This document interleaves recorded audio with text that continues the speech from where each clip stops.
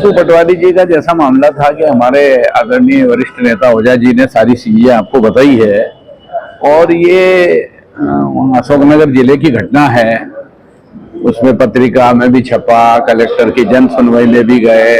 अब आज के परिवेश में तो ऐसा है कि आप भी जानते हैं कि छोटा आदमी जो है उसमें बहुत दबाव आता तो पलटने में कोई देर लगती नहीं है। तो जब जांच हो रही थी तो जांच हो जाने दे रहा था। तो ये मेरा ये मतलब है कि मैं कोई ज्यादा बात नहीं करता। एक बात ये है कि अभिव्यक्ति की स्वतंत्रता बनी रहना चाहिए। उस पे अगर अभिव्यक्ति पे अगर कभी कंट्रोल करने की सोचेंगे तो लोकतंत्र नहीं बचेगा।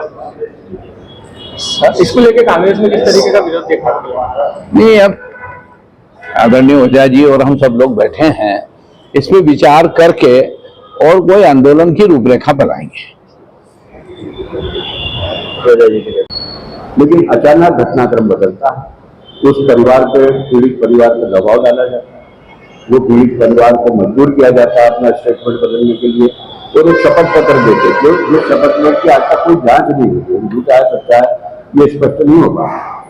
उस शपथ पत्र के आधार पर माननीय हमारे अध्यक्ष जी के खिलाफ FIR दर्ज होती है। दुर्भाग्यपूर्ण, ये प्रजातंत्र की हत्या है, ये विपक्ष को खत्म करने की साजिश है। हम इसका घोर विरोध करते हैं और इसके लिए हम बड़ा एक आंदोलन खड़ा करेंगे। अगली कड़ी में मैं माननीय राजनाथ सिंह जी से निवेदन करूंगा कि वो इसको कंडक्ट करें। गांधी भवन में हमारे आदरणीय ओझा साहब कांग्रेस के वरिष्ठ नेता जी के निवेदन पे पधारे। आपको बहुत बहुत धन्यवाद, क्योंकि भारत के लोकतंत्र में आप लोग ही चौथा स्तंभ है।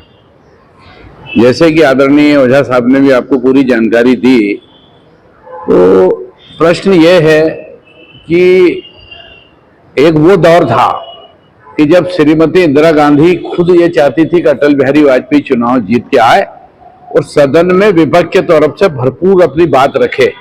एक वो दौर था कांग्रेस का। आज एक वो दौर है कि छोटे से छोटा आदमी भी अगर बोले तो उसको बोलने की आजादी खत्म कर दी गई है। तो जब अभिव्यक्ति की आजादी खत्म हो जाएगी, जैसे कि माननीय हमारे जो अध्यक्ष हैं जीतू पटवारी साहब प्रदेश के नेता हैं, दौड़ रहे हैं, घूम रहे हैं, लोगों की बात सुन रहे हैं, उनकी बात को भाई ये इसका मतलब ये हुआ कि वो अगर कोई बात कहे उस पर इस ढंग का अगर एक्शन अगर होगा तो आगे जाके बात नहीं करे, इसका तो मतलब यही निकला ना। तो हम आपके माध्यम से ये बात आम जन तक पहुंचाना चाहते हैं कि भारत के में लोकतंत्र नहीं बचा, न प्रदेश में बचा न देश में बचा। क्यों कि जब विपक्ष की अभिव्यक्ति की स्वतंत्रता आप खत्म कर दोगे तो फिर क्या बचा है? ये सबसे बड़ी मूल बात है।